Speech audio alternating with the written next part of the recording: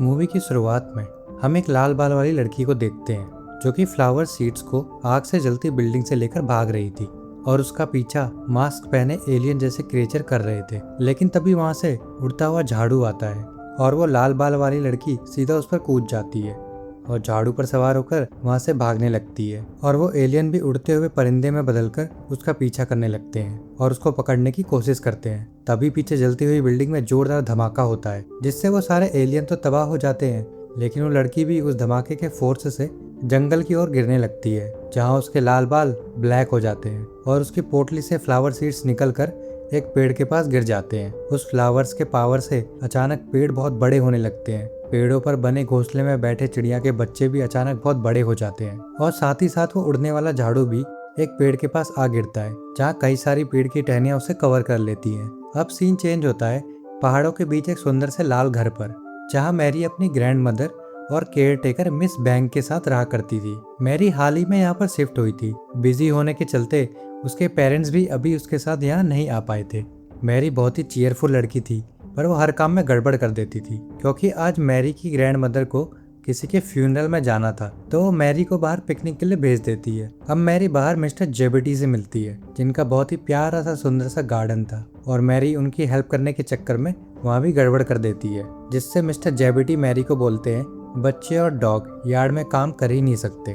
ये बात मैरी के दिल पर लग जाती है तो वो पास ही रखे झाड़ू से यार्ड की सफाई करने लगती है, लेकिन वो झाड़ू इतना बड़ा था कि वो उसे संभाल ही नहीं पाती और वो वापस से फिर सब गड़बड़ कर देती है, जिसे देख पीटर हंसता है और उसे लाल बाल वाली बंदरिया कहकर चिढ़ाता है और मिस बैंक को सामान डिलीवर करके वहां से चला जाता है, जिससे मैरी को बहुत ज्यादा गुस्सा आ जाता है। अब मैरी अकेले बैठकर लंच कर रही होती है तभी उसके पास एक ब्लैक कैट आ जाती है जिसे मैरी अपनी कहानी सुनाने लगती है कि उसके लाल बाल की वजह से उसका कोई दोस्त नहीं बनता और वो हर काम में फेल हो जाती है और उसकी लाइफ में कभी भी कुछ भी अच्छा नहीं होता। बिल्ली भी उसे इग्नोर करके वहाँ से भाग जाती है और एक झाड़ी के पीछे से घूमकर बाहर आती है, लेकिन वहाँ से बाहर निकलते ही कैट का कलर चेंज हो जाता है ब्लैक से ग्रे। इसे देखकर मैरी बहुत चौंक जाती है और वो कैट जंगल की ओर चली जाती है। मैरी भी उसका पीछा करते करते जंगल में चली जाती है जहाँ उसे कई सारे डेड ट्री दिखाई देते हैं और हम देखते हैं कि वहाँ दो कपल कैट होती है, एक ब्लैक और एक ग्रे, जो कि ब्लू ग्लोइंग फ्लावर्स पर घुर्रा रहे थे। लेकिन मैरी को वो फ्लावर बहुत ही ज्यादा सुंदर लगते हैं।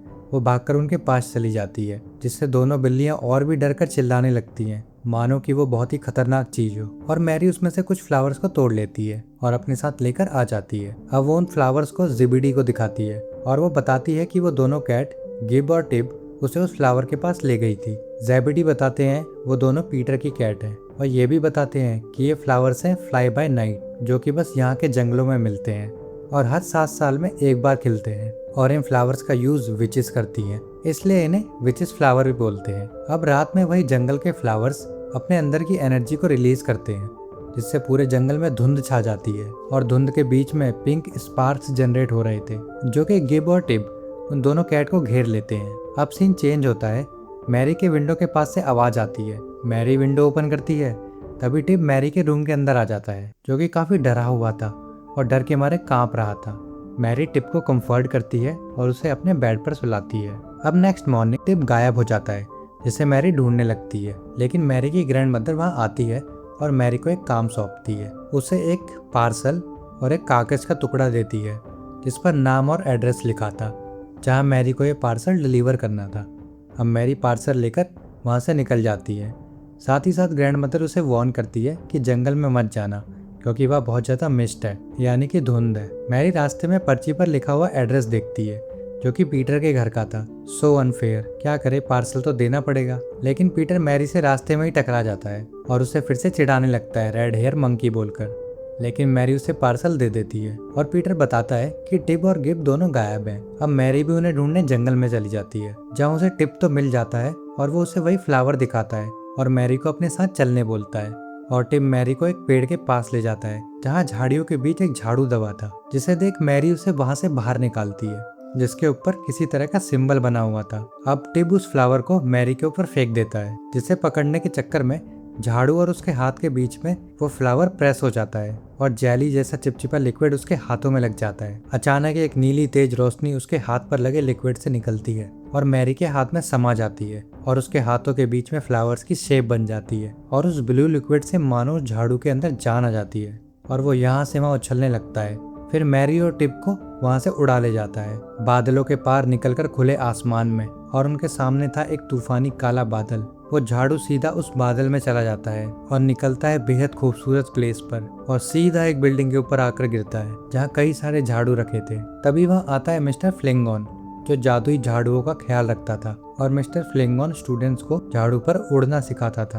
अब वो मैरी को न्यू स्टूडेंट समझकर एंडोर कॉलेज के बाहर छोड़ आता है जहाँ पर जादूगर पढ़ाई किया करते थे, और वो उसे एक स्लेट के पास ले जाता है जहाँ स्कूल के नियम लिखे थे, जहाँ का रूल था घुसपैठियों को किसी भी चीज में ट्रांसफॉर्म किया जा सकता है। मैरी स्कूल के अंदर जाती है। अंदर उसे कई तरह के क्रिएचर दिखते हैं और मिस हेड मास्टर्स मम्बल चौक उसका स्कूल में वेलकम करती है और मैरी को बताती है एंडोर कॉलेज ऑफ मैजिक में सिर्फ चुने हुए बच्चों को ही जगह मिलती है, और वो उसे उस कॉलेज में घुमाती है जहाँ वो उसे क्लासरूम दिखाती है और बताती है कि एंडोर कॉलेज बेस्ट है इन ट्रांसफॉर्मेशन मैजिक में, और ट्रांसफॉर्मेशन मैजिक ही सबसे डिफिकल्ट होता है इन मैजिक केमिस्ट्री। और वो मैरी के हाथ देकर बताती है कि वो सबसे ज्यादा खास है, करोड़ों में सिर्फ एक, और वो उसके बालों की तारीफ करती है।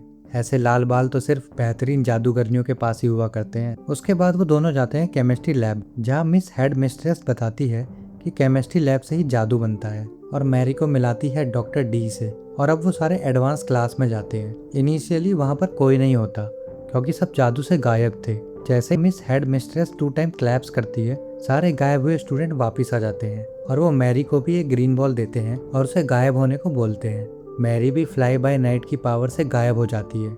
गायब होते होते वो एक बवंडर पैदा कर देती है जिससे सब उसकी बहुत ज्यादा तारीफ करते हैं। इसके बाद वो सब क्लासरूम से निकलकर एक गुफा की ओर जाते हैं जहाँ पर डॉक्टर डी ने कुछ जानवरों को पकड़कर पिंजरे में रखा हुआ था, और वो सब उनका टेस्ट सब्जेक्ट थे।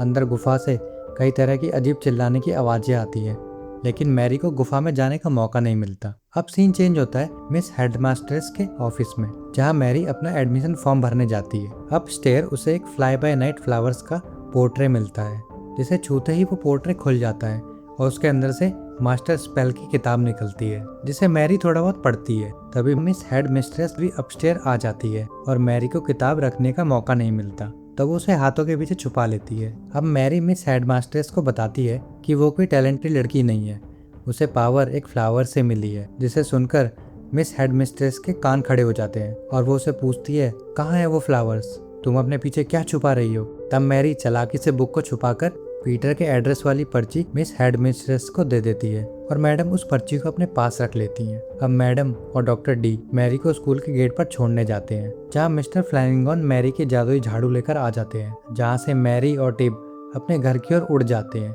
मैरी के वहाँ से जाने के बाद मैडम डॉक्टर डी को बताती है ये लड़की जानती है फ्लावर्स कहाँ है और मैरी के दिए हुए पेपर पर मैजिक करती है, और यह रास्ते में मैरी का जादू धीरे धीरे खत्म होने लगता है और वो सीधा नीचे गिरती है, पर लकीली वो बच जाती है। यहाँ मैरी के हाथों पर बने फ्लावर्स का निशान भी गायब हो जाता है और उसका मैजिक भी यहाँ खत्म हो जाता है। अब घर आकर मैरी काफी खुश थी और वो बहुत अच्छे से डिनर करती है और फिर वो अपने रूम में सोने चली जाती है। तभी दरवाजे पर मिस्टर जेबिडी आते हैं और बताते हैं कि पीटर दोपहर से गायब है, उसकी साइकिल फॉरेस्ट में मिली। तभी मैरी के रूम के विंडो से टिप अंदर आ जाता है और विंडो की तरफ ग्राउल करने लगता है, जिसे देख मैरी उसे शांत करने लगती है। तभी विंडो से वही जादुई पेपर मैरी के रूम में आ जाता है जिसमें से मैडम निकलती है और मैरी को बताती है कि पीटर को उन्होंने पकड़ लिया है, अगर वो उसे बचाना चाहती है तो वो सारे फ्लावर्स लेकर कल स्कूल आ जाए, वरना वो पीटर को ट्रांसफॉर्म कर देंगे। अब मैरी रात में फ्लावर्स को पैक करके वहाँ से निकलती है। फ्लावर से मैजिक लेकर झाड़ू पर सवार होकर टिम के साथ एंडोर कॉलेज की तरफ निकल पड़ती है, जिसका शोर सुनकर ग्रैंड मदर भी जग जाती है और बाहर देखने जाती है, जहाँ उन्हें एक फ्लावर का टुकड़ा मिलता है, जिसे देख वो बहुत ज्यादा चौंक जाती है और समझ जाती है मैरी खतरे में है। अब सीन चेंज होता है जहाँ मैरी सामने होती है मैडम और डॉक्टर डी के, जहाँ वो मैरी से फ्लाई बाय नाइट फ्लावर छीनकर उसे पकड़ लेते हैं और उसे उसी गुफा में फेंक देते हैं। अब गुफा में मैरी को कई तरह के जानवर दिखाई देते हैं जो कि डॉक्टर डी के फेल एक्सपेरिमेंट का शिकार हुए थे, जहाँ जानवर अजीब तरह से ट्रांसफॉर्म हो चुके थे। तभी मैरी को टिप की आवाज आती है जो एक जानवर से लिपट रहा था और वो उसे पहचान जाती है कि ये तो गिब है। तभी मैरी को वहाँ पीटर मिलता है, जिसे देख मैरी के आंखों से आंसू निकल पड़ते हैं, दूसरी तरफ डॉक्टर डी फ्लावर्स की हेल्प से एक बड़े से ट्रांसफॉर्मेशन की तैयारी कर रहा था। वहाँ गुफा में मैरी को याद आता है मैजिकल बुक के बारे में और वो उसमें एक ऐसा स्पेल ढूंढने लगती है जिससे सब रिवर्स किया जा सके और वो स्पेल उन्हें मिल भी जाता है। मैरी जादू का यूज करके सारे जानवरों को नॉर्मल कर देती है। अब बड़े बड़े जानवर गेट को तोड़कर वहाँ से भागते हैं। मैरी, पीटर और कई दूसरे जानवर दूसरे रास्ते की तरफ भागते हैं और वो एक बिल्डिंग के टॉप पर फंस जाते हैं जहाँ पर मिस्टर फ्लैनिंगन जादुई झाड़ू लेकर आ जाते हैं। अब मैरी, पीटर झाड़ू पर बैठकर वहाँ से उड़ने ही वाले होते हैं कि मैडम पीटर का पैर पकड़ लेती है और जादुई झाड़ू मैरी को लेकर वहाँ से उड़ जाता है और पहुँचता है एक पुराने से जादुई घर पर जो उस झाड़ू के मालिकिन का घर था। मैरी घर के अंदर जाती है जहाँ वो एंडियोर कॉलेज की कई फोटोज देखती है, जहाँ मैरी को एक डायरी मिलती है जिसमें वो देखती है वही एक्सपेरिमेंट जिससे डॉक्टर डी और मैडम लोगों को ट्रांसफॉर्म करने वाले थे। अब पास ही मिरर में मैरी को उसकी ग्रैंडमा दिखाई देती है और उसकी ग्रैंडमा बताती है कि ये उसका पुराना घर है। मैडम और डॉक्टर डी कुछ डेंजरस प्लान कर रहे थे तो वो फ्लावर सीड को लेकर स्कूल से भाग गई। पहले स्कूल में सब अच्छा था पर एक दिन उसे फ्लाई बाय नाइट जंगल में मिला जिसे उन्होंने मैडम और डॉक्टर डी को दिया। उसके बाद वो सब बदल गए। वो बच्चों को ट्रांसफॉर्म करके इन्फिनाइट मैजिक पावर का सोर्स बनाना चाहते थे पर उनका एक्सपेरिमेंट फेल रहा। वो उसकी पावर को कंट्रोल ही नहीं कर सके तो वो उन फ्लावर्स को चुराकर स्कूल से भाग गई ताकि और किसी की जान खतरे में ना पड़े। यहाँ मैडम और डॉक्टर डी अब भी मानते हैं कि वो उस एक्सपेरिमेंट को सक्सेसफुली कंप्लीट कर सकते हैं। अब वो मैरी को last fly bye night flower देती है और बताती है तुम्हारे पास ज्यादा मैजिकल पावर नहीं बची है, अगर तुम अभी घर नहीं आई तो कभी नहीं आ पाओगी। लेकिन मैरी पीटर को लिए बिना घर बिल्कुल भी नहीं आने वाली थी। तभी मिस हेडमास्ट्रेस वहाँ आ जाती है और मैरी को पकड़ने की कोशिश करती है लेकिन जादुई झाड़ू मैरी को वहाँ से उड़ा ले जाता है। अब मैडम उसका पीछा करती है और उसके हाथ उसका पर्स लग जाता है जिसमें वो लास्ट फ्लावर था और वो अपने जादुई परिंदों को मैरी पर अटैक करने के लिए छोड़ देती है और वो जादुई परिंदे मैरी पर अटैक कर करके उसे नीचे गिरा देते हैं जिससे जादुई झाड़ू पूरी तरह टूट जाता है। अब मैरी एंडोर कॉलेज की तरफ पैदल भागने लगती है लेकिन वो उड़ते परिंदे उसे देख लेते हैं। तभी वही जानवर जिन्हें मैरी ने आजाद किया था वो मैरी की हेल्प करते हैं उन परिंदों से भागने में और मैरी पहाड़ी के रास्ते से पेड़ पर चढ़कर एक्सपेरिमेंट वाली जगह पर पहुंच जाती है जहाँ उन्हें गिब मिलती है और वो उसे पीटर के पास ले जाती है जहाँ एक्सपेरिमेंट करने के लिए उन्होंने पीटर को एक ग्रीन ट्यूब में डाला हुआ था और वो उस फ्लावर से निकला लिक्विड पीटर के ऊपर डालते हैं। पीटर ट्रांसफॉर्म होने लगता है, उसके विंग्स निकल आते हैं, उसके हेयर बड़े और ब्लू होने लगते हैं और वापस से उनके एक्सपेरिमेंट में गड़बड़ हो जाती है और एक धमाका होता है जहाँ वो नीला लिक्विड जिंदा हो जाता है और चारों तरफ तबाही मचाने लगता है और पीटर उसी के अंदर कैद होता है। अब मिस हेडमास्ट्रेस सब अंडू करने के लिए जाती है लेकिन वो क्रीचर उसकी सारी मैजिकल पावर को कंज्यूम कर लेता है। तभी मैरी उस लास्ट फ्लावर को लेने ऊपर भागती है और वो क्रीचर अपना हाथ बढ़ाकर सीधा मैरी पर अटैक करने जाता है। तभी पीटर उस क्रीचर को रोक देता है। यहाँ डॉक्टर डी बताते हैं कि इसे कोई नहीं रोक सकता और एक क्रीचर किसी भी तरह का मैजिक कर सकता है। तभी मैरी को आइडिया आता है और वो मैजिकल किताब लेकर क्रीचर के पास जाती है और पीटर से उसका हाथ मांगती है। अब वो उसका हाथ उस मैजिकल बुक पर रखकर अंडू स्पेल को कास्ट कर देती है जिससे वो क्रीचर खत्म हो जाता है